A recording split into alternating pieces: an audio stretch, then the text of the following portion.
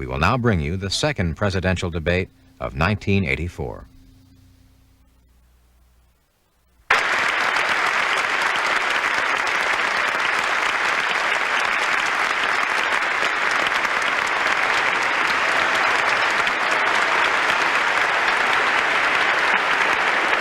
Good evening.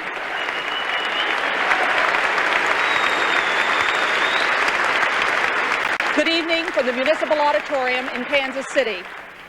I am Dorothy Ridings, the President of the League of Women Voters, the sponsor of this final presidential debate of the 1984 campaign between Republican Ronald Reagan and Democrat Walter Mondale. Our panelists for tonight's debate on defense and foreign policy issues are Georgie Ann Geyer, syndicated columnist for Universal Press Syndicate, Marvin Kalb, chief diplomatic correspondent for NBC News, Morton Kondracki, executive editor of the New Republic magazine, and Henry Truitt, diplomatic correspondent for the Baltimore Sun. Edwin Newman, formerly of NBC News and now a syndicated columnist for King Features, is our moderator. Ed. Dorothy Ridings, thank you. A brief word about our procedure tonight. The first question will go to Mr. Mondale. He'll have 2.5 minutes to reply. Then the panel member who put the question will ask a follow-up. The answer to that will be limited to 1 minute. After that, the same question will be put to President Reagan. Again, there will be a follow-up, and then each man will have 1 minute for rebuttal. The second question will go to President Reagan first. After that, the alternating will continue. At the end, there will be 4-minute summations with President Reagan going last. We have asked the questioners to be brief. Let's begin. Ms. Geyer, your question to Mr. Mondale. Mr. Mondale, two related questions on the crucial issue of Central America. You and the Democratic Party have said that the only policy toward the horrendous civil wars in Central America should be on the economic development and negotiations, with perhaps a quarantine of Marxist Nicaragua. Do you believe that these answers would in any way solve the bitter conflicts there? Do you really believe that there is no need to resort to force at all? Are not these solutions to Central Americans' gnawing problems simply, again, too weak and too late? I believe that the question oversimplifies the difficulties of what we must do in Central America. Our objectives ought to be to strengthen the democracies, to stop communist and other extremist influences, and stabilize the community in that area. To do that, we need a three-pronged attack. One is military assistance to our friends who are being pressured. Secondly, a strong and sophisticated economic aid program and human rights program that offers a better life and a sharper alternative to the alternative offered by the totalitarians who oppose us. And finally, a strong diplomatic effort that pursues the possibilities of peace in the area. That's one of the big disagreements that we have with the President, that they have not pursued the diplomatic opportunities, either within El Salvador or as between the countries, and have lost time during which we might have been able to achieve a peace. This brings up the whole question of what presidential leadership is all about. I think the lesson in Central America, this recent embarrassment in Nicaragua, where we are giving instructions for hired assassins, hiring criminals, and the rest, all of this has strengthened our opponents. A president must not only assure that we're tough, but we must also be wise and smart in the exercise of that power. We saw the same thing in Lebanon, where we spent a good deal of America's assets, but because the leadership of this government did not pursue wise policies, we have been humiliated and our opponents are stronger. The bottom line of national strength is that the president must be in command. He must lead. And when a president doesn't know that submarine missiles are recallable, says that 70% of our strategic forces are conventional, discovers 3 years into his administration that our arms control efforts have failed because he didn't know that most Soviet missiles were on land. These are things a president must know to command. A president is called the commander-in-chief, and he's called that because he's supposed to be in charge of the facts and run our government and strengthen our nation. Mr. Mondale, if I could broaden the question just a little bit. Since World War II, every conflict that we as Americans have been involved with has been in non-conventional or irregular terms, and yet we keep fighting in conventional or traditional military terms. The Central American wars are very much in the same pattern as China, as Lebanon, as Iran, as Cuba in the early days. Do you see any possibility that we are going to realize the change in warfare in our time or react to it in those terms? We absolutely must, which is why I responded to your first question the way I did. It's much more complex. You must understand the region. You must understand the politics of the area. You must provide a strong alternative, and you must show strength and all at the same time. That's why I object to the covert action in Nicaragua. That's a classic example of a strategy that's embarrassed us, strengthened our opposition, and undermined the moral authority of our people and our country in the region. Strength requires knowledge, command. We've seen in the Nicaraguan example a policy that has actually hurt us, strengthened our opposition, and undermined the moral authority of our country in that region. Mr. President, in the last few months, it has seemed more and more that your policies in Central America were beginning to work. Yet just at this moment, we are confronted with the extraordinary story of a CIA guerrilla manual for the anti-Sandinista Contras, whom we are backing, which advocates not only assassinations of Sandinistas, but the hiring of criminals to assassinate the guerrillas we are supporting in order to create martyrs. Is this not, in effect, our own state-supported terrorism? No, and I'm glad you asked that question because I know it's on many people's minds. I have ordered an investigation. I know that the CIA is already going forward with one. We have a gentleman down in Nicaragua who is on contract to the CIA advising supposedly on military tactics, the Contras. And he drew up this manual. It was turned over to the agency head of the CIA in Nicaragua to be printed. And a number of pages were excised by that agency head there, the man in charge. And he sent it on up here to CIA where more pages were excised before it was printed.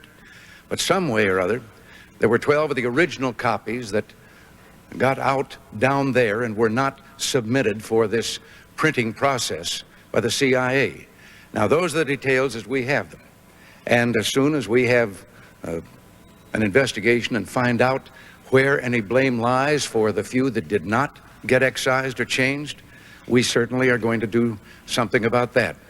We'll take the proper action at the proper time.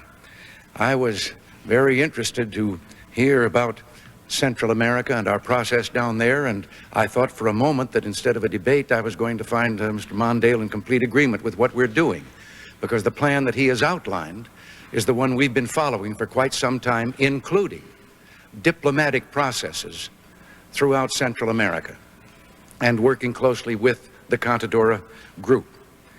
So I can only tell you about the manual that we're not in the habit of assigning guilt before there has been proper evidence produced and proof of that guilt.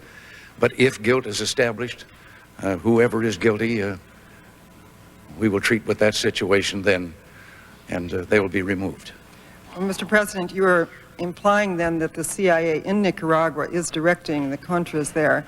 I'd also like to ask whether having the CIA investigate its own manual in such a sensitive area is not sort of like sending the fox into the chicken coop a second time. I'm afraid I misspoke when I said a CIA head in Nicaragua. There's not someone there directing all of this activity. There are, as you know, CIA men stationed in other countries in the world and certainly in Central America. And so it was a man down there in that area that this was delivered to. And he recognized that what was in that manual was in direct contravention of my own executive order in December of 1981 that we would have nothing to do with regard to political assassinations. Mr. Mondale, your rebuttal. What is a president charged with doing when he takes his oath of office? He raises his right hand and takes an oath of office to take care to faithfully execute the laws of the land. The president can't know everything, but a president has to know those things that are essential to his leadership and the enforcement of our laws. This manual, several thousands of which were produced, was distributed ordering political assassinations, hiring of criminals, and other forms of terrorism. Some of it was excised, but the part dealing with political terrorism was continued. How can this happen? How can something this serious occur in an administration and have a president of the United States in a situation like this say he didn't know? A president must know these things. I don't know which is worse, not knowing or knowing and not stopping it. And what about the mining of the harbors in Nicaragua, which violated international law? This has hurt this country and a president supposed to command. Mr. President, your rebuttal. Yes, I have so many things there to respond to. I'm going to pick out something you said earlier. You've been all over the country repeating something that I will admit the press has also been repeating, that I believed that nuclear missiles could be fired and then called back. I never ever conceived of such a thing. I never said any such thing. In a discussion of our strategic arms negotiations, I said that submarines carrying missiles and airplanes carrying missiles were more conventional type weapons, not as destabilizing as the land-based missiles, and that they were also weapons that, or carriers, that if they were sent out and there was a change, you could call them back before they had launched their missiles. But I hope that from here on, you will no longer be saying that particular thing, which is absolutely false. How anyone could think that any sane person would believe you could call back a nuclear missile, I think is as ridiculous as the whole concept has been. So thank you for giving me a chance to straighten the record. I'm sure that you'll appreciate that. Mr. Kalb, Mr. Kalb, your question to President Reagan. Mr. President, you have often described the Soviet Union as a powerful, evil empire intent on world domination, but this year you have said, and I quote, "If they want to keep their Mickey Mouse system, that's okay with me." Which is it, Mr. President? Do you want to contain them within their present borders and perhaps try to reestablish détente, or what goes for détente, or do you really want to roll back their empire? I have said on a number of occasions exactly what I believe about the Soviet Union. I retract nothing that I have said. I believe that many of the things they have done are evil in any concept of morality that we have. But I also recognize that as the two great superpowers in the world, we have to live with each other. And I told Mr. Gromyko, we don't like their system, they don't like ours. And we're not going to change their system, and they sure better not try to change ours. But between us, we can either destroy the world or we can save it. And I suggested that certainly it was to their common interest, along with ours, to avoid a conflict and to attempt to save the world and remove the nuclear weapons. And I think that perhaps we established a little better understanding. I think that in dealing with the Soviet Union, one has to be realistic. I know that Mr. Mondale in the past has made statements as if they were just people like ourselves, and if we were kind and good and did something nice, they would respond accordingly. And the result was unilateral disarmament. We canceled the B-1 under the previous administration. What did we get for it? Nothing. The Soviet Union has been engaged in the biggest military buildup in the history of man. At the same time that we tried the policy of unilateral disarmament, of weakness, if you will. And now we are putting up a defense of our own, and I've made it very plain to them. We seek no superiority. We simply are going to provide a deterrent so that it will be too costly for them if they are nursing any ideas of aggression against us. Now, they claim they're not, and I made it plain to them, we're not. But there's been no change in my attitude at all. I just thought when I came into office it was time that there was some realistic talk to and about the Soviet Union. And we did get their attention. Mr. President, perhaps the other side of the coin, a related question, sir. Since World War II, the vital interests of the United States have always been defined by treaty commitments and by presidential proclamations. Aside from what is obvious, such as NATO, for example, which countries, which regions in the world do you regard as vital national interests of this country, meaning that you would send American troops to fight there if they were in danger? Well, now, you've added a hypothetical there at the end, Mr. Kelb, about that, where we would send troops in to fight. I am not going to make the decision as to what the tactics could be, but obviously there are a number of areas in the world that are of importance to us. One is the Middle East, and that is of interest to the whole Western world and the industrialized nations because of the great supply of energy upon which so many depend there. Our neighbors here in America are vital to us. We're working right now and trying to be of help in Southern Africa with regard to the independence of Namibia and the removal of the Cuban surrogates, the thousands of them, from Angola. So I can say there are a great many interests. I believe that we have a great interest in the Pacific Basin. That is where I think the future of the world lies. But I am not going to pick out one and in advance hypothetically say, oh yes, we would send troops there. I don't want to send troops Mr. President. anyplace. Sorry, your time was up. Mr. Mondale, you have described the Soviet leaders as, and I'm quoting, cynical, ruthless, and dangerous, suggesting an almost total lack of trust in them. In that case, what makes you think that the annual summit meetings with them that you've proposed will result in agreements that would satisfy the interests of this country? Because the only type of agreements to reach with the Soviet Union are the types that are specifically defined so we know exactly what they must do, subject to full verification, which means we know every day whether they're living up to it, and follow-ups wherever we find suggestions that they're violating it, and the strongest possible terms. I have no illusions about the Soviet Union leadership or the nature of that state. They are a tough and a ruthless adversary, and we must be prepared to meet that challenge, and I would. Where I part with the President is that despite all of those differences, we must, as past presidents before this one have done, meet on the common ground of survival. And that's where the President has opposed practically every arms control agreement by every president of both political parties since the bomb went off. And he now completes this term with no progress toward arms control at all, but with a very dangerous arms race underway instead. There are now over 2,000 more warheads pointed at us today than there were when he was sworn in, and that does not strengthen us. We must be very, very realistic in the nature of that leadership, but we must grind away and talk to find ways to reducing these differences, particularly where arms races are concerned and other dangerous exercises of Soviet power. There will be no unilateral disarmament under my administration. I will keep this nation strong. I understand exactly what the Soviets are up to, but that too is a part of national strength. To do that, a president must know what is essential to command and to leadership and to strength. And that's where the president's failure to master, in my opinion, the essential elements of arms control has cost us dearly. These 4 years, 3 years into this administration, he said he just discovered that most Soviet missiles are on land, and that's why his proposal didn't work.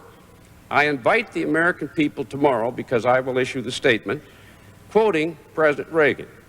He said exactly what I said he said. He said that these missiles were less dangerous than ballistic missiles because you could fire them and you could recall them if you decided there had been a miscalculation. I'm sorry, a president must know those things. Related question, Mr. Mondale, on Eastern Europe. Do you accept the conventional diplomatic wisdom that Eastern Europe is a Soviet sphere of influence? And if you do, what could a Mondale administration realistically do to help the people of Eastern Europe achieve the human rights that were guaranteed to them as a result of the Helsinki Accords? I think the essential strategy of the United States ought not accept any Soviet control over Eastern Europe. We ought to deal with each of these countries separately. We ought to pursue strategies with each of them, economic and the rest, that help them pull away from their dependence upon the Soviet Union. Where the Soviet Union has acted irresponsibly, as they have in many of those countries, especially recently in Poland, I believe we ought to insist that Western credits extended to the Soviet Union bear the market rate, make the Soviets pay for their irresponsibility. That is a very important objective, to make certain that we continue to look forward to progress toward greater independence by these nations and work with each of them separately. Mr. President, your rebuttal. Yes, I'm not going to continue trying to respond to these repetitions of the falsehoods that have already been stated here. But with regard to whether Mr. Mondale would be strong as he said he would be, I know that he has a commercial out where he is appearing on the deck of the Nimitz and watching the F-14s take off, and that's an image of strength. Except that if he had had his way when the Nimitz was being planned, he would have been deep in the water out there because there wouldn't have been any Nimitz to stand on. He was against it.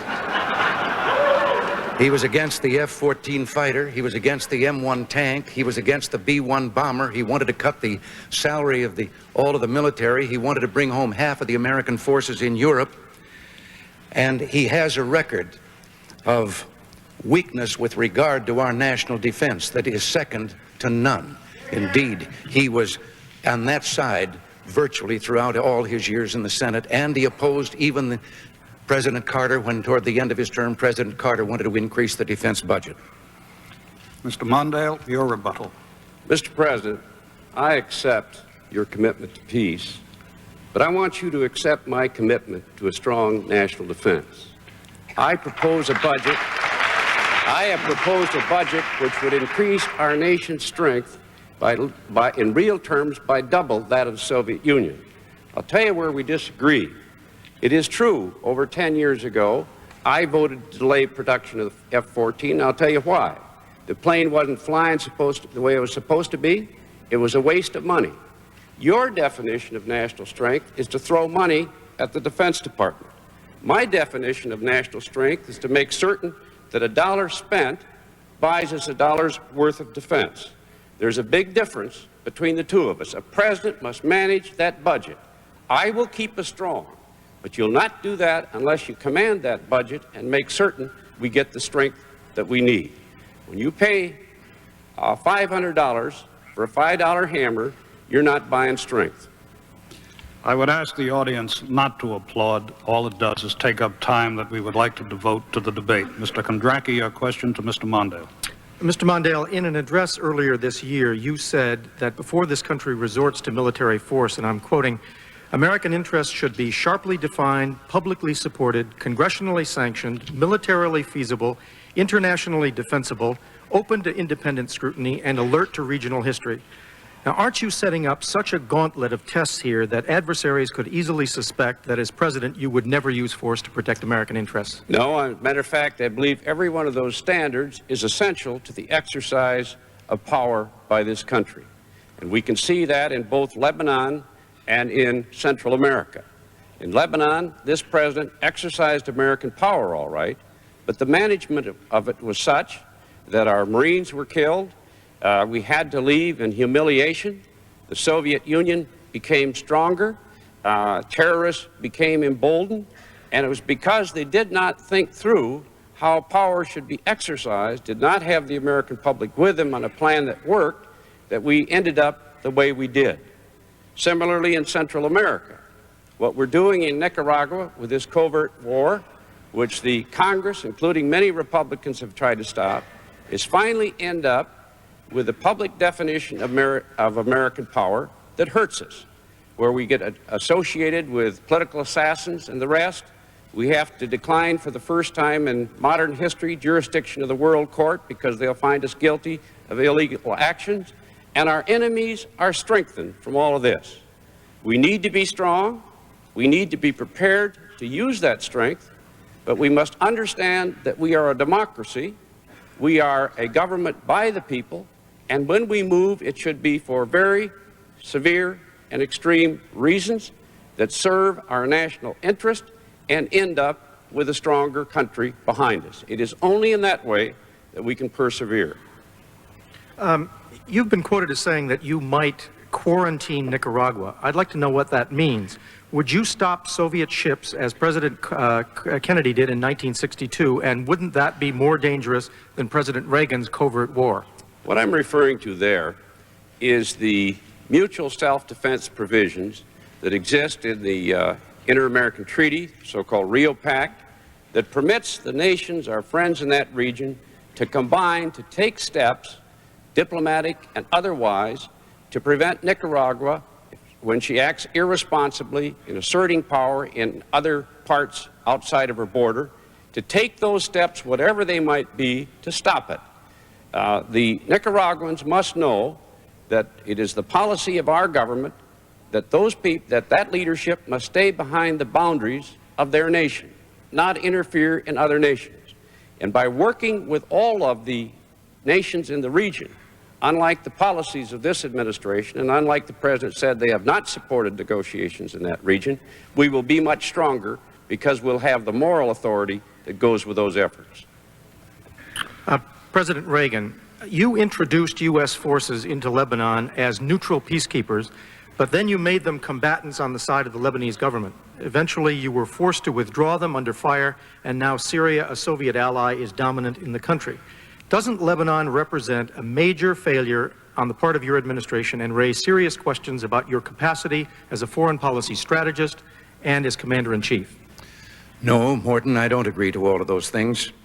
First of all, when we and our allies, the Italians, the French, and the United Kingdom went into Lebanon, we went in there at the request of what was left of the Lebanese government to be a stabilizing force while they tried to establish a government. But the first time we went in at their request because the war was going on right in Beirut between Israel and the PLO terrorists. Israel could not be blamed for that. Those terrorists had been violating their northern border consistently, and Israel chased them all the way to there. Then we went in with a multinational force to help remove, and did remove, more than 13,000 of those terrorists from Lebanon.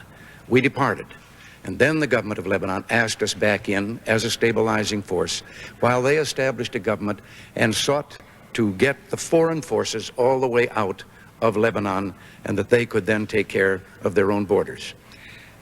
And we were succeeding. We were there for the better part of a year. Our position happened to be at the airport. Oh, there were occasional snipings and sometimes some artillery fire. But we did not engage in conflict that was out of line with our mission. I will never send troops anywhere on a mission of that kind without telling them that if somebody shoots at them, they can darn well shoot back. And this is what we did. We never initiated any kind of action. We defended ourselves there.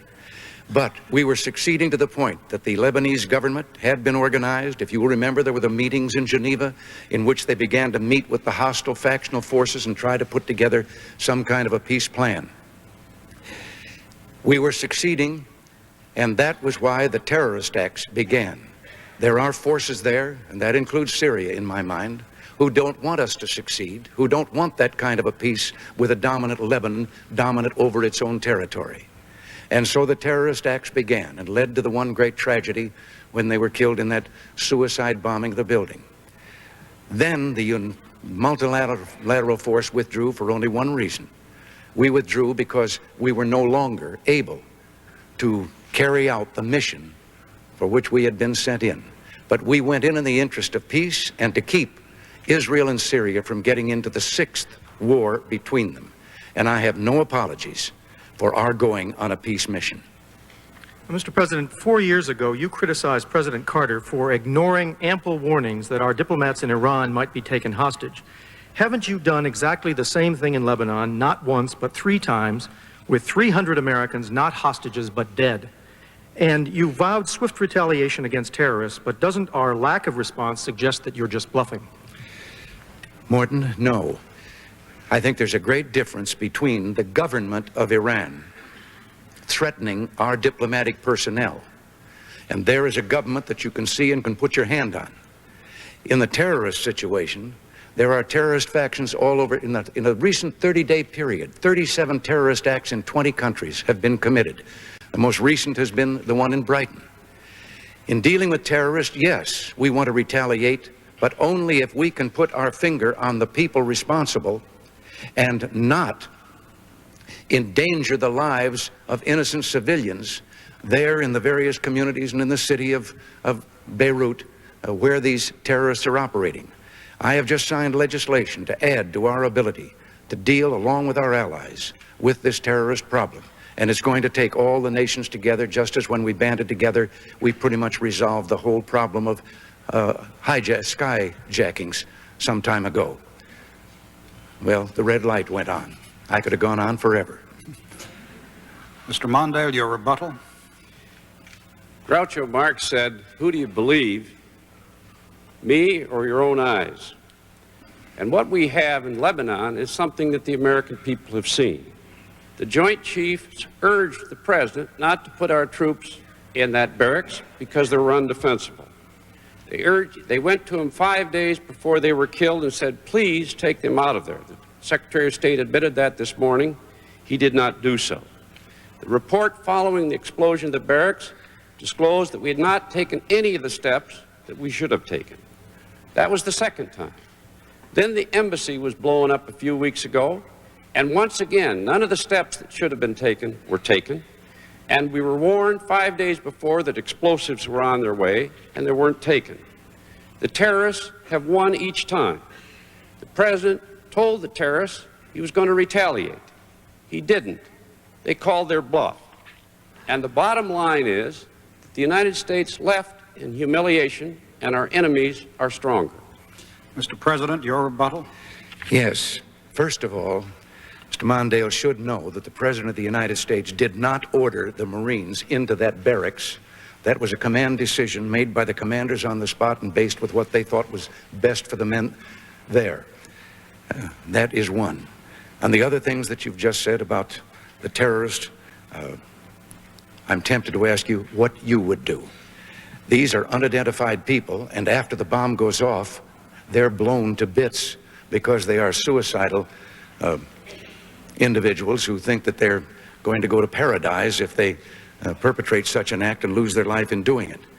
We are going to, as I say, we're busy trying to find the centers where these operations stem from, and retaliation will be taken. But we are not going to simply kill some people to say, "Oh, look, we got even." We want to know when we retaliate that we're retaliating with those who are responsible for the terrorist acts. And terrorist acts are such that our own United States Capitol in Washington has been bombed twice. Mr. Truitt, your question to President Reagan. Mr. President, I want to raise an issue that I think has been lurking out there for 2 or 3 weeks and cast it specifically in national security terms. You already are the oldest president in history, and some of your staff say you were tired after your most recent encounter with Mr. Mondale.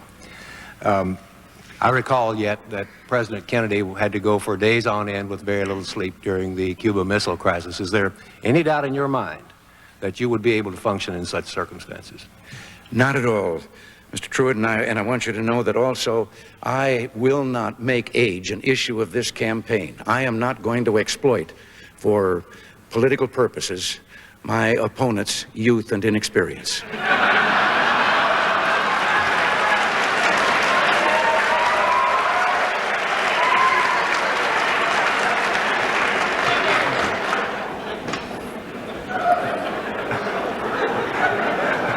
If I still have time, I might add, Mr. Truitt, I might add that it was Seneca or it was Cicero, I don't know which, that said, if it was not for the elders correcting the mistakes of the young, there would be no state. Mr. President, I'd like to head for the fence and try to catch that one before it goes over, but I'll go on to another question.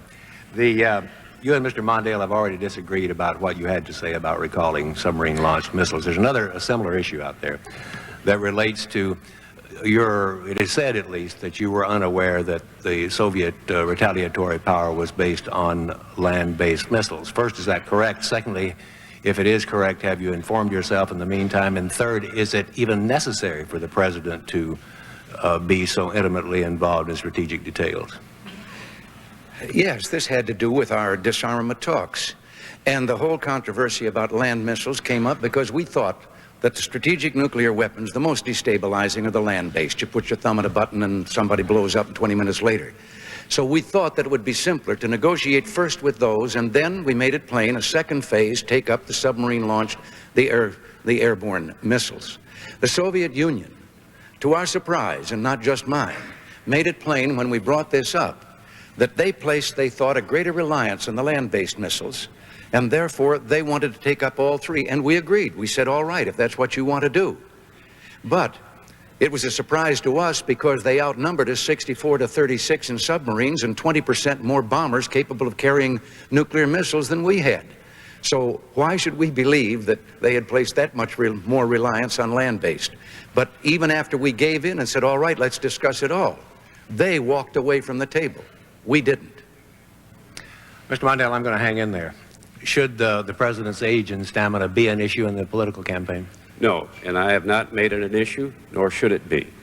What's at issue here is the president's application of his authority to understand what a president must know to lead this nation, secure our defense, and make the decisions and the judgments that are necessary. A minute ago, the president quoted Cicero, I believe. I want to quote somebody a little closer at home, Harry Truman. He said, "The buck stops here." We just heard the president's answer for the problems at the barracks in Lebanon, where 241 Marines were killed. What happened? First, the Joint Chiefs of Staff went to the president and said, don't put those troops there. They did it.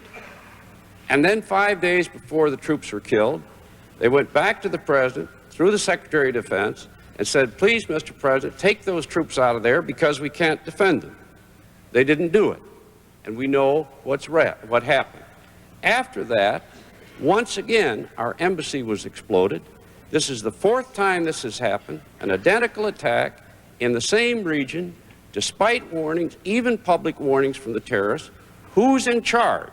Who's handling this matter? That's my main point. Now, on arms control, we're completing 4 years. This is the first administration since the bomb went off that made no progress. We have an arms race underway instead. A president has to lead his government or it won't be done. Different people with different views fight with each other. For 3.5 years, this administration avoided arms control, resisted tabling arms control proposals that had any hope of agreeing, rebuked their negotiator in 1981 when he came close to an agreement, at least in principle, on medium-range weapons. And we have this arms race underway, and a recent book that just came out by perhaps the nation's most respected author in this field, Strobe Talbot, called Deadly Gambit, concludes that this president has failed to master the essential details needed to command and lead us, both in terms of security, in terms of arms control. That's why they call the president a commander-in-chief. Good intentions, I grant, but it takes more than that. You must be tough and smart. This question of leadership keeps arising in different forms in this discussion already. And the president, Mr. Mondale, has called you whining and vacillating, among the more charitable phrases, weak, I believe. It is a question of leadership, and he has made the point that you have not repudiated some of the diplomatic activity of the Reverend Jackson, particularly in Central America. Did you approve of his diplomatic activity, and are you prepared to repudiate him now? I read his statement the other day. I don't admire Fidel Castro at all, and I have said that. Che Guevara was a contemptible figure in civilization's history. I know the Cuban state as a police state, and all my life I've worked in a way that demonstrates that. But Jesse Jackson is an independent person. I don't control him, and let's talk about people we do control. In the last debate, the Vice President of the United States said that I said the Marines had died shamefully and died in shame in Lebanon. I demanded an apology from Vice President Bush because I had instead honored these young men, grieved for their families, and think they were wonderful Americans that honored us all. What does the President have to say about taking responsibility for a Vice President who won't apologize for something like that? Mr. President, your rebuttal. Yes, I know it'll come as a surprise to Mr. Mondale, but I am in charge. And as a matter of fact, we haven't avoided arms control talks with the Soviet Union. Very early in my administration, I proposed, and I think something that had never been proposed by any previous administration, I proposed a total elimination of intermediate range missiles where the Soviets had better than a ton and still have better than a 10-to-1 advantage over the Allies in Europe. When they protested that and suggested a smaller number, perhaps I went along with that. The so-called negotiation that you said I walked out on was the so-called walk in the wood between one of our representatives and one of the Soviet Union, and it wasn't me that turned it down. The Soviet Union disavowed it. Mr. Mondale, your rebuttal. There are two distinguished authors on arms control in this country. There are many others, but two that I want to cite tonight. One is Strobe Talbot in his classic book, Deadly Gambit. The other is John Newhouse, who's one of the most distinguished arms control specialists in our country. Both said that this administration turned down the walk in the woods agreement first, and that would have been a perfect agreement from the standpoint of the United States and Europe and our security. When Mr. Nitze, a good negotiator, returned, he was rebuked, and his boss was fired. This is the kind of leadership that we've had in this administration in the most deadly issue of our time. Now we have a runaway arms race. All they've got to show for 4 years in U.S.-Soviet relations is one meeting in the last weeks of an administration and nothing before. They're tough negotiators, but all previous presidents have made progress. This one has not. Ms. Geyer, your question to Mr. Mondale. Mr. Mondale, many analysts are now saying that actually our number one foreign policy problem today is one that remains almost wholly unrecognized: massive illegal immigration from economically collapsing countries. They are saying that it is the only real territorial threat to the American nation state. You yourself said in the 1970s that we had a, quote, hemorrhage on our borders, unquote. Yet today you have backed off any immigration reform, such as the balanced and highly crafted Simpson-Mazzoli bill. Why? What would you do instead today, if anything? This is a very serious problem in our country, and it has to be dealt with. I object to that part of the Simpson-Mazzoli bill, which I think is very unfair and would prove to be so. That is the part that requires employers to determine the citizenship of an employee before they're hired. I am convinced that the result of this would be that people who are Hispanic, people who have different languages or speak with an accent, would find it difficult to be employed. I think that's wrong. We've never had citizenship tests in our country before, and I don't think we should have a citizenship card today. That is counterproductive. I do support the other aspects of the Simpson-Mazzoli bill that strengthen enforcement at the border, strengthen other ways of dealing with undocumented workers in this difficult area, and dealing with the problem of settling people who have lived here for many, many years and do not have an established status. I have further strongly recommend that this administration do something that is not done, and that is to strengthen enforcement at the border, strengthen the officials in this government that deal with undocumented workers, and to do so in a way that's responsible and within the Constitution of the United States. We need an answer to this problem, but it must be an American answer that is consistent with justice and due process. Everyone in this room practically here tonight is an immigrant. We came here loving this nation, serving it, and it has served all of our most bountiful dreams. And one of those dreams is justice. And that we need a measure, and I will support a measure, that brings about those objectives, but avoids that one aspect that I think is very serious. The second part is to maintain and improve relations with our friends to the south. We cannot solve this problem all on our own. And that's why the failure of this administration to deal in an effective and good faith way with Mexico, with Costa Rica, with the other nations in trying to find a peaceful settlement to the dispute in Central America has undermined our capacity to effectively to deal diplomatically in this area as well. Sir, people as well-balanced and just as Father Theodore Hesburgh at Notre Dame, who headed the Select Commission on Immigration, have pointed out repeatedly that there will be no immigration reform without employer sanctions because it would be an unbalanced bill and there would be simply no way to reinforce it. However, putting that aside for the moment, your critics have also said repeatedly that you have not gone along with the bill or with any immigration reform because of the Hispanic groups or Hispanic leadership groups who actually do not represent what the Hispanic Americans want, because polls show that they overwhelmingly want some kind of immigration reform. Can you say, or how can you justify your position on this, and how do you respond to the criticism that this is another, or that this is an example of your flip-flopping and giving in to special interest groups at the expense of the American nation? I think you're right that the polls show that the majority of Hispanics want that bill. So I'm not doing it for political reasons. I'm doing it because all my life I've fought for a system of justice in this country, a system in which every American has a chance to achieve the fullness in life without discrimination.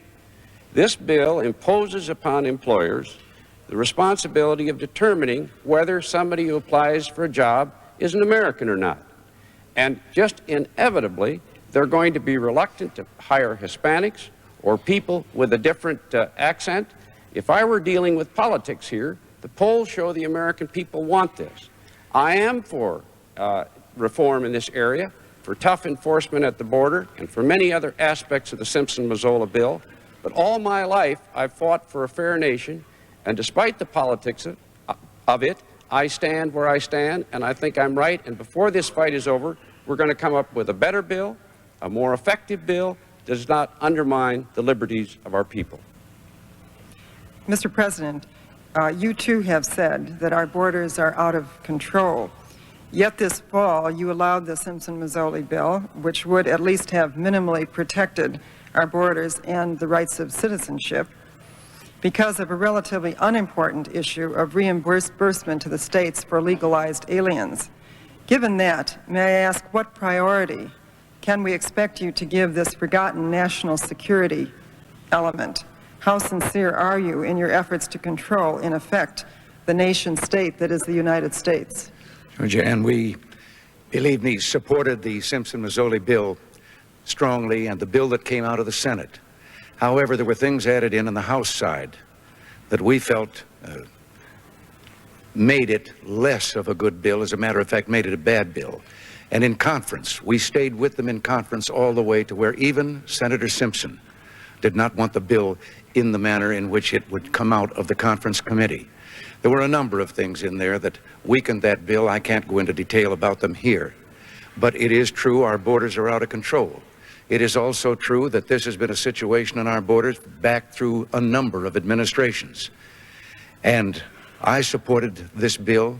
I believe in the idea of amnesty for those who have put down roots and who have lived here, even though some time back they may have entered illegally. With regard to the employer sanctions, we must have that, not only to ensure that we can identify the illegal aliens, but also, while some keep protesting about what it would do to employers, there is another employer that we shouldn't be so concerned about.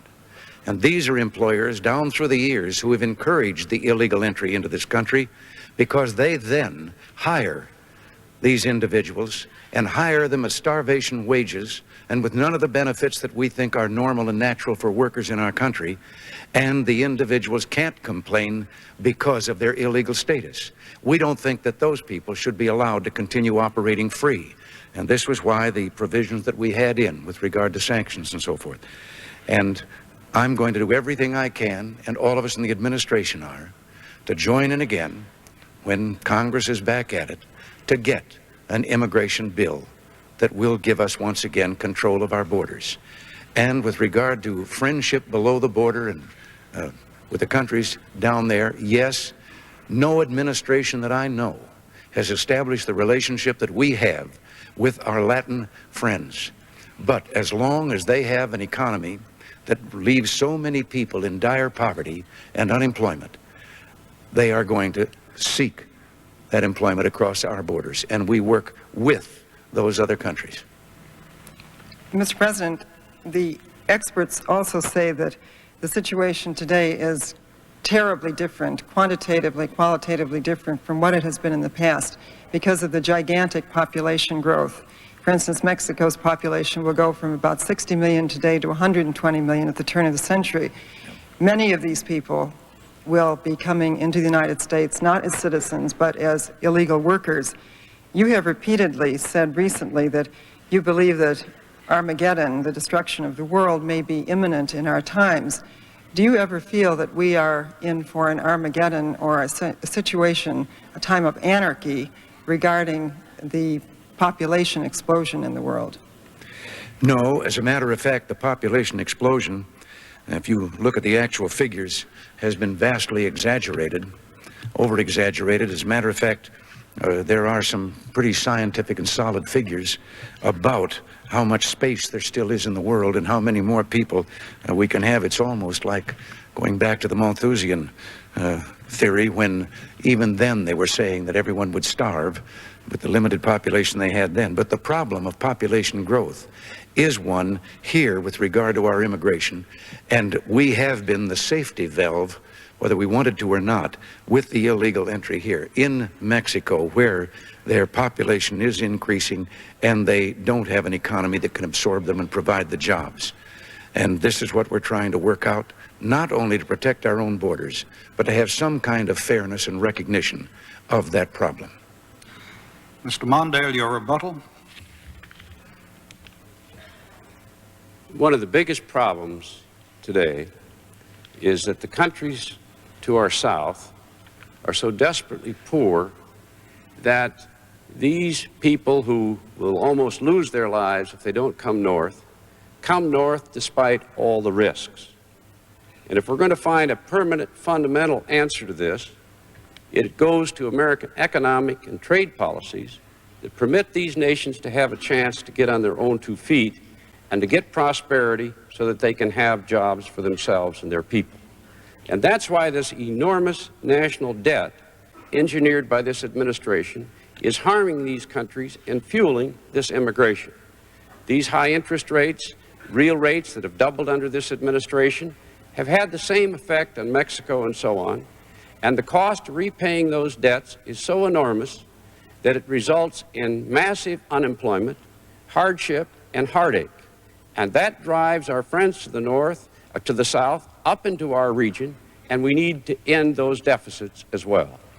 Mr. President, your rebuttal.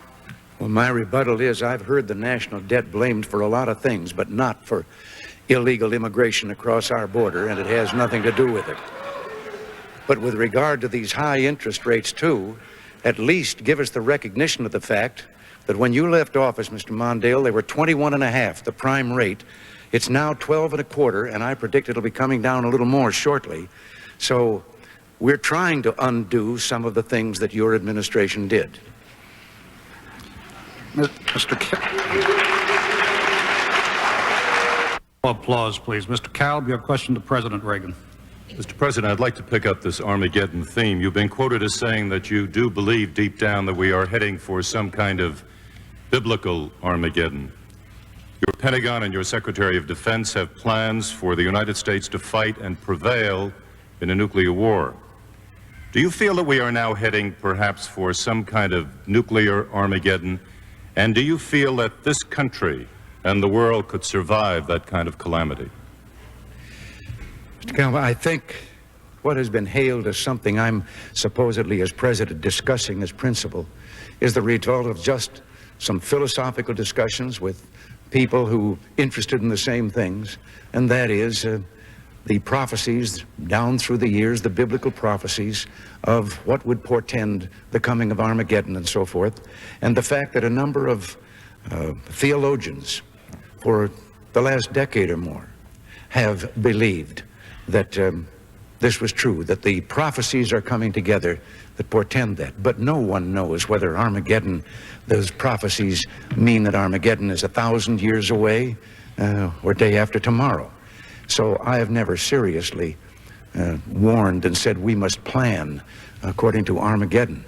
Now, with regard to having to say whether we would try to survive in the event of a nuclear war, of course we would. But let me also point out that to several parliaments around the world, in Europe and in Asia, I have made a statement to each one of them, and I'll repeat it here. A nuclear war cannot be won and must never be fought. And that is why we are maintaining a deterrent and trying to achieve a deterrent capacity to where no one would believe that they could start such a war and escape with limited damage. But the deterrent, and that's what it is for, is also what led me to propose what is now being called the Star Wars concept, but propose that we research to see if there isn't a defensive weapon that could defend against incoming missiles. And if such a defense could be found, wouldn't it be far more humanitarian to say that now we can defend against a nuclear war by destroying missiles instead of slaughtering millions of people? Mr. President, when you made that proposal, the so-called Star Wars proposal, you said, if I'm not mistaken, that you would share this very super sophisticated technology with the Soviet Union. After all of the distrust over the years, sir, that you have expressed towards the Soviet Union, do you really expect anyone to take seriously that offer that you would share the best of America's technology in this weapons area with our principal adversary? Why not? What if we did? And I hope we can. We're still researching. What if we come up with a weapon that renders those missiles obsolete? There has never been a weapon invented in the history of man that has not led to a defensive, a counter weapon. But suppose we came up with that. Now, some people have said, that would make it war imminent because they would think that we could launch a first strike because we could defend against the enemy. But why not do what I have offered to do and ask the Soviet Union to do? Say, look, here's what we can do. We'll even give it to you. Now, will you sit down with us and once and for all get rid, all of us, of these nuclear weapons and free mankind from that threat? I think that would be the greatest use of a defensive weapon. Mr. Mondale, you've been very sharply critical of the President's Strategic Defense Initiative. And yet, what is wrong with a major effort by this country to try to use its best technology to knock out as many incoming nuclear warheads as possible? First of all, let me sharply disagree with the President on sharing the most advanced, the most dangerous, the most important technology in America with the Soviet Union. We have had for many years, understandably, a system of restraints on high technology because the Soviets are behind us, and any research or development along the Star Wars schemes would inevitably involve our most advanced computers, most advanced engineering, and the thought that we would share this with the Soviet Union is, in my opinion, a total non-starter. I would not let the Soviet Union get their hands on it at all. Now, what's wrong with Star Wars? There's nothing wrong with the theory of it. If we could develop a principle that would say both sides could fire all their missiles and no one would get hurt, I suppose it's a good idea. But the fact of it is, we're so far away from research that even comes close to that, that this director of engineering research in the Defense Department said to get there, we would have to solve 8 problems, each of which are more difficult than the atomic bomb and the Manhattan Project. It would cost something like $1 trillion to test and deploy weapons. The second thing is, this all assumes that the Soviets wouldn't respond in kind, and they always do. We don't get behind, they won't get behind, and that's been the tragic story of the arms race. We have more at stake in space satellites than they do. If we could stop right now the testing and the deployment of these space weapons, and the President's proposals go clear beyond research. If it was just research, we wouldn't have any argument, because maybe someday somebody will think of something. But to commit this nation to a buildup of anti-satellite and space weapons at this time, in their crude state, would bring about an arms race that's very dangerous indeed. One final point.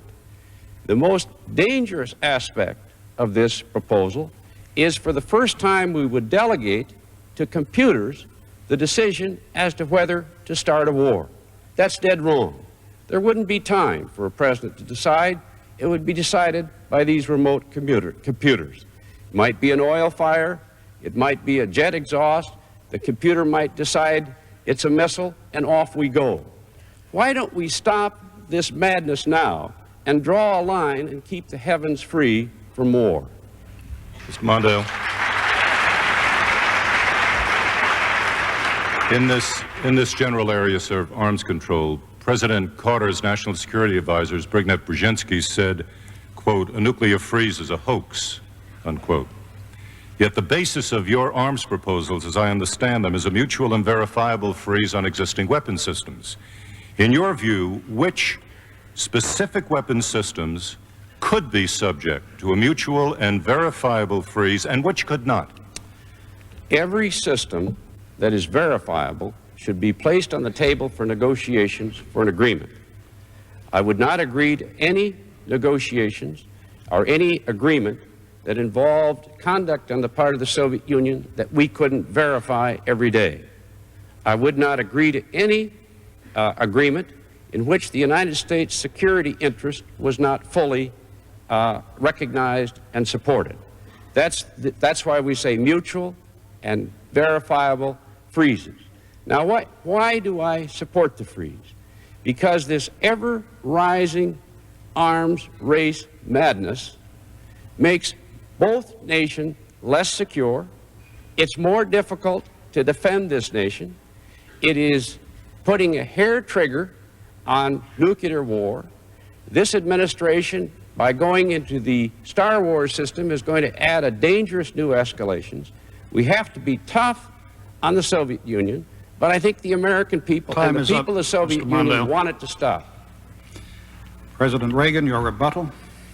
Yes, my rebuttal once again is that this invention that has just been created here of how I would go about rolling over for the Soviet Union, no, Mr. Mondale, my idea would be with that defensive weapon, that we would sit down with them and then say, now, are you willing to join us? Here's what we can give them a demonstration, and then say, here's what we can do.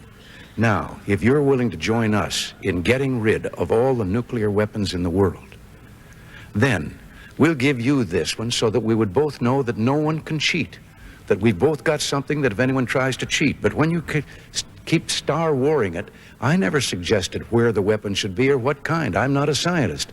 I said, and the Joint Chiefs of Staff agreed with me, that it was time for us to turn our research ability to seeing if we could not find this kind of a defensive weapon.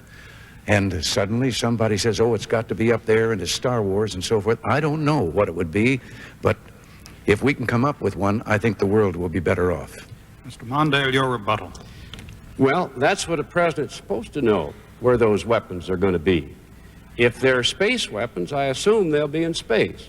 If they're anti-satellite weapons, I assume they're going to be made armed against anti-satellites. Now, this is the most dangerous technology that we possess. The Soviets try to spy on us, steal this stuff, and to give them technology of this kind, I disagree with. You haven't just accepted research, Mr. President. You've set up a strategic defense initiative, an agency. You're beginning to test. You're talking about deploying. You're asking for a budget of some $30 billion for this purpose. This is an arms escalation, and we will be better off, far better off, if we stop right now, because we have more to lose in space than they do. If someday somebody comes along with an answer, that's something else, but that there would be an answer in our lifetime is unimaginable. Why do we start things that we know the Soviets will match and make us all less secure? That's what a president's for. Mr. Kondracki, your question to Mr. Mondale. Mr. Mondale, you say that with respect to the Soviet Union, you want to negotiate a mutual nuclear freeze, yet you would unilaterally give up the MX missile and the B-1 bomber before the talks have even begun, and you have announced in advance that reaching an agreement with the Soviets is the most important thing in the world to you. Now, aren't you giving away half the store before you even sit down to talk? No, as a matter of fact, we have a vast range of technology and weaponry right now that provides all the bargaining chips that we need. And I support the air-launched cruise missile, the ground-launched cruise missile, the Pershing missile, the Trident submarine, the D-5 submarine, the stealth technology, the Midget Man. We have a whole range of technology. Why I disagree with the MX is that it's a sitting duck. It'll draw an attack. It puts a hair trigger, and it is a dangerous destabilizing weapon. And the B-1 is similarly to be opposed, because for 15 years, the Soviet Union has been preparing to meet the B-1.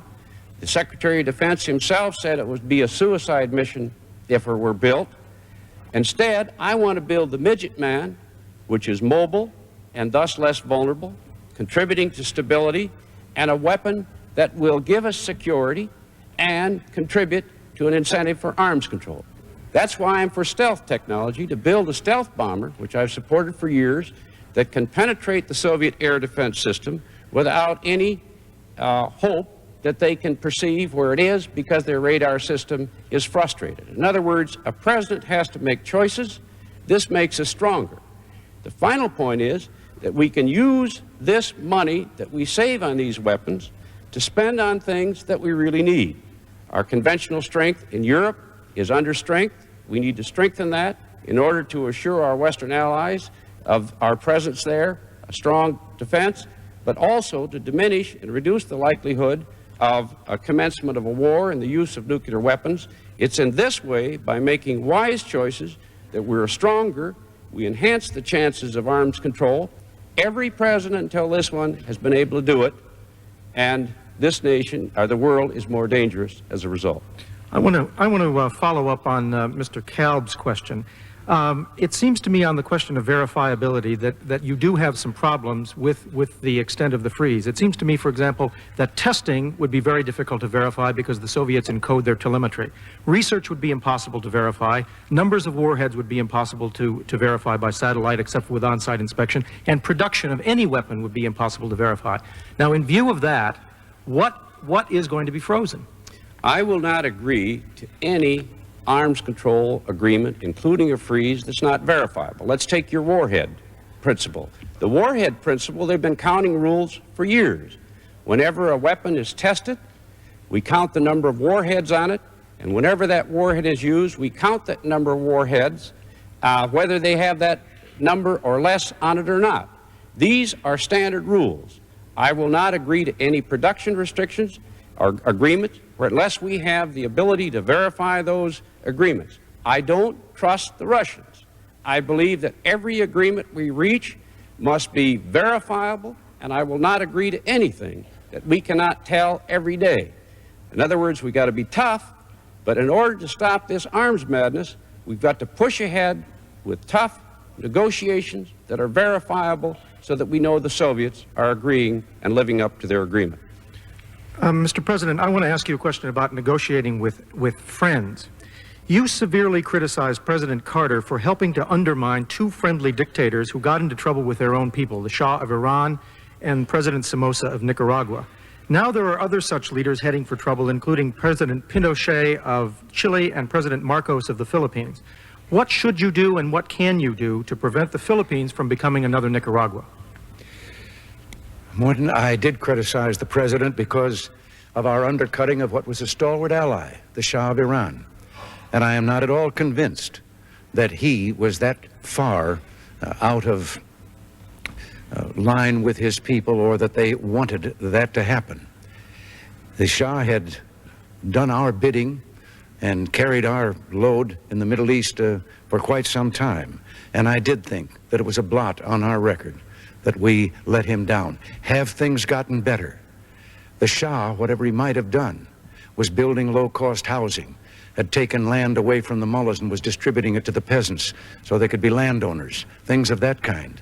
But we turned it over to a maniacal fanatic who has slaughtered thousands and thousands of people, calling it executions. The matter of Somoza, no, I never defended Somoza. And as a matter of fact, the previous administration stood by, and so did I. Not that I could have done anything in my position at that time, but for this revolution to take place. And the promise of the revolution was democracy, human rights, free labor unions, free press. And then, just as Castro had done in Cuba, the Sandinistas ousted the other parties to the revolution. Many of them are now the Contras. They exiled some, they jailed some, they murdered some. And they installed a Marxist-Leninist totalitarian government. And what I have to say about this is, many times, and this has to do with the Philippines also, I know there are things there in the Philippines that do not look good to us from the standpoint right now of democratic rights. But what is the alternative?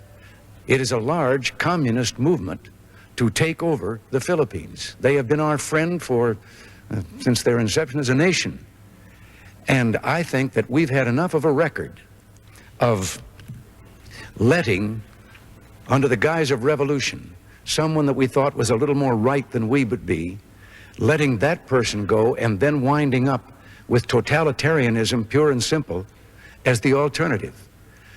And I think that we're better off, for example, with the Philippines, of trying to retain our friendship and help them right the wrongs we see, rather than throwing them to the wolves and then facing a communist power in the Pacific.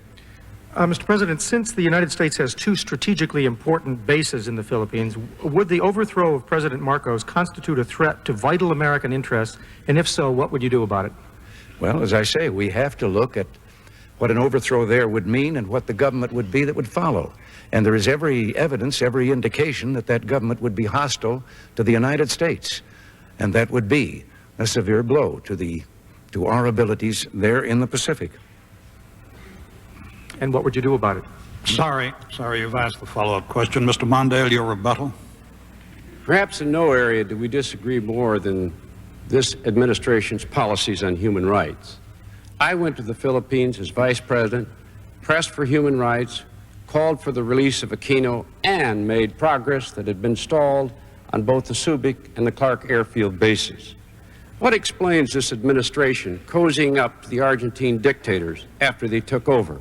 Fortunately, a democracy took over, but this nation was embarrassed by this current administration's adoption of their policies.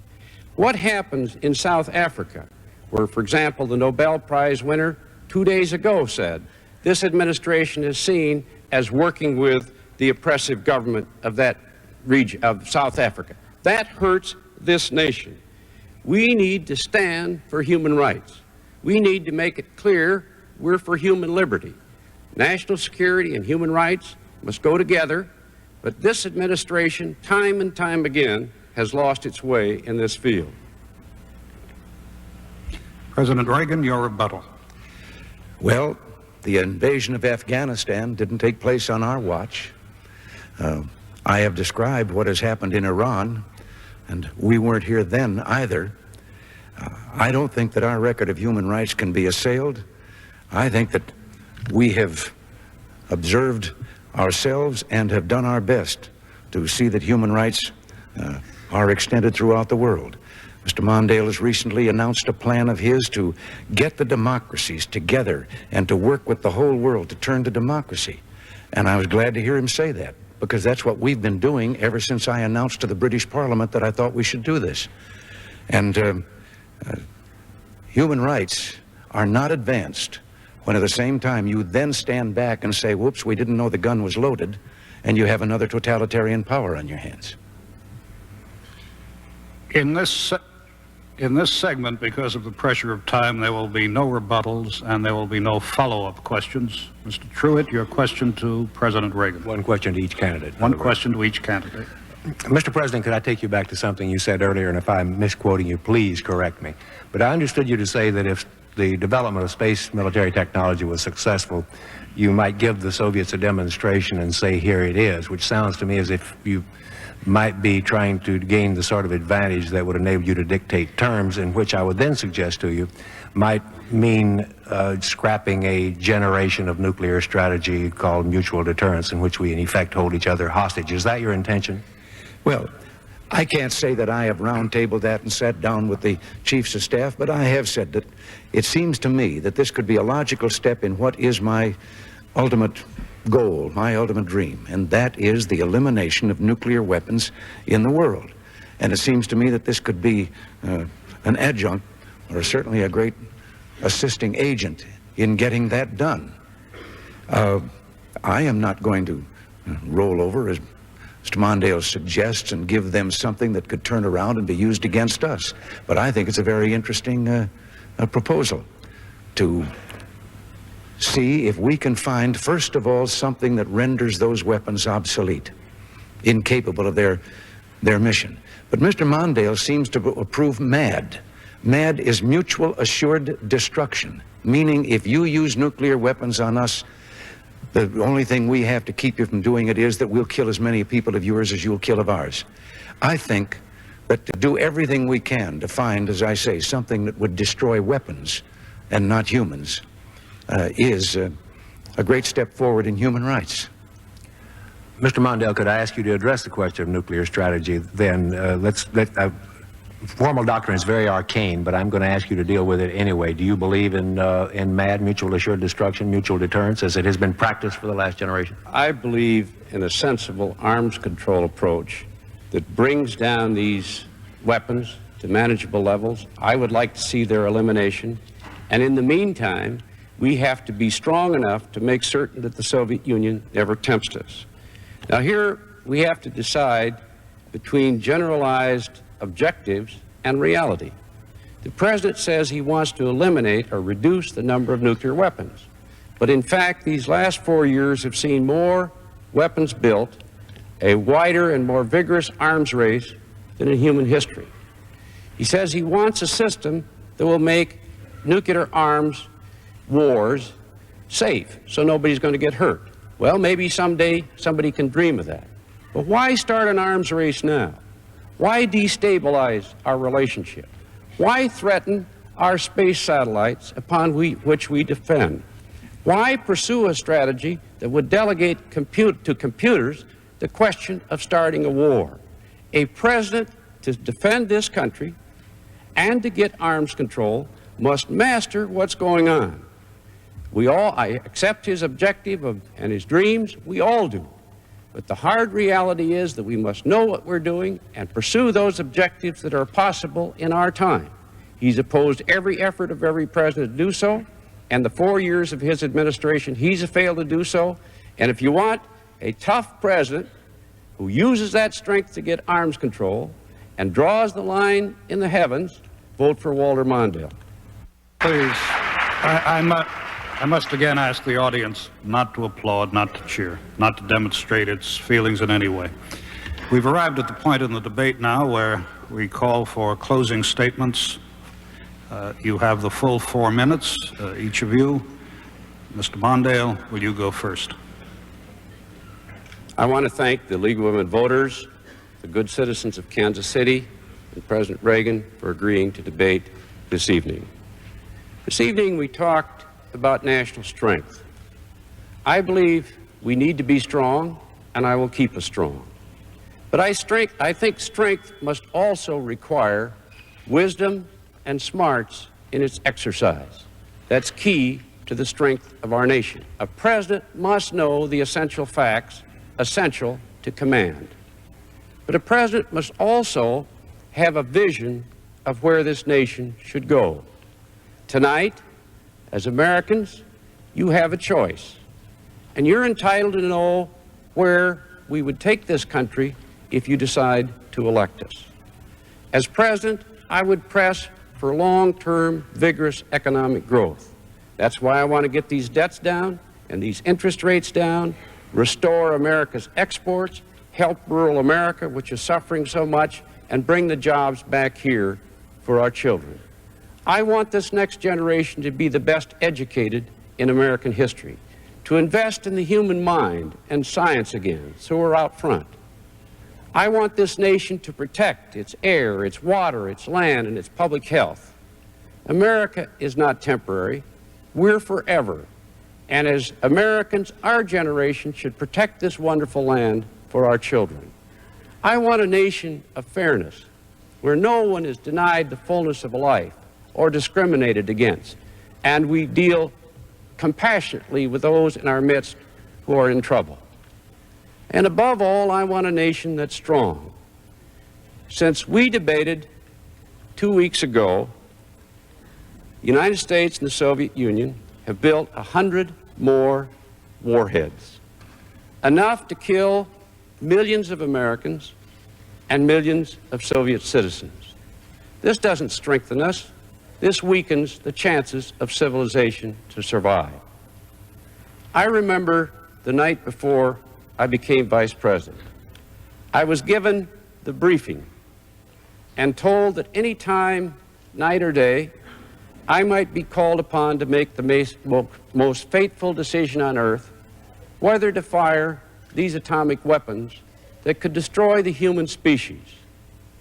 That lesson tells us two things. One, pick a president that you know will know, if that tragic moment ever comes, what he must know, because there'll be no time for staffing committees or advisors. A president must know right then. But above all, pick a president who will fight to avoid the day when that god-awful decision ever needs to be made. And that's why this election is so terribly important. America and Americans decide not just what's happening in this country. We are the strongest and most powerful free society on earth. When you make that judgment, you are deciding not only the future of our nation, in a very profound respect, you're deciding the future of the world. We need to move on.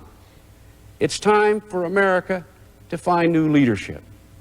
Please join me in this cause to move confidently and with a sense of assurance and command to build the blessed future of our nation.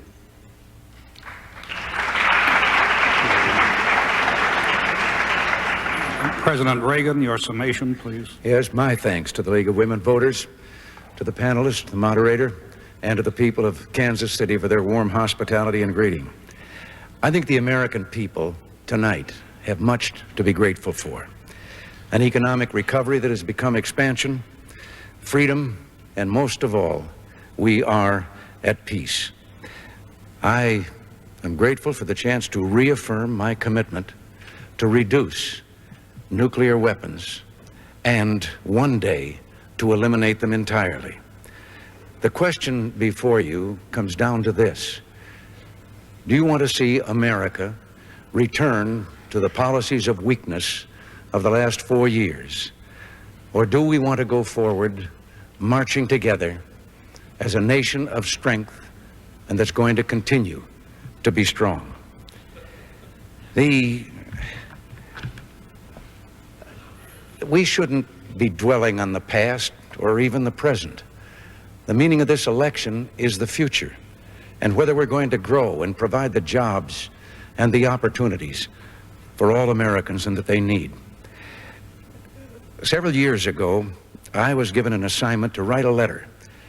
It was to go into a time capsule and would be read in 100 years when that time capsule was opened. I remember driving down the California coast. One day my mind was full of what I was going to put in that letter about the problems and the issues that confront us in our time and what we did about them. But I couldn't completely neglect the beauty around me, the Pacific out there on one side of the highway shining in the sunlight, the mountains of the Coast Range rising on the other side. And I found myself wondering what it would be like for someone, wondering if someone 100 years from now would be driving down that highway and if they would see the same thing. And with that thought, I realized what a job I had with that letter. I would be writing a letter to people who know everything there is to know about us. We know nothing about them. They would know all about our problems. They would know how we solved them and whether our solution was beneficial to them down through the years or whether it hurt them. They would also know that we lived in a world with terrible weapons, nuclear weapons of terrible destructive power, aimed at each other, capable of crossing the ocean in a matter of minutes and destroying civilization as we knew it. And then I thought to myself, what are they going to say about us? What are those people 100 years from now going to think? They will know whether we used those weapons or not. Well, what they will say about us 100 years from now depends on how we keep our rendezvous with destiny. Will we do the things that we know must be done and know that one day, down in history, 100 years or perhaps before, someone will say, thank God for those people back in the 1980s, for preserving our freedom, for saving for us this blessed planet called Earth with all its grandeur and its beauty. You know, I am grateful to all of you for giving me the opportunity to serve you for these 4 years, and I seek re-election because I want more than anything else to try to complete the new beginning that we charted 4 years ago. George Bush, who I think is one of the finest vice presidents this country has ever had, George Bush and I have crisscrossed the country, and we've had in these last few months a wonderful experience. We have met young America. We have met your sons and daughters. Mr. President, I am obliged to cut you off there under the rules of the debate. I'm sorry. All right. I was just going to... Okay.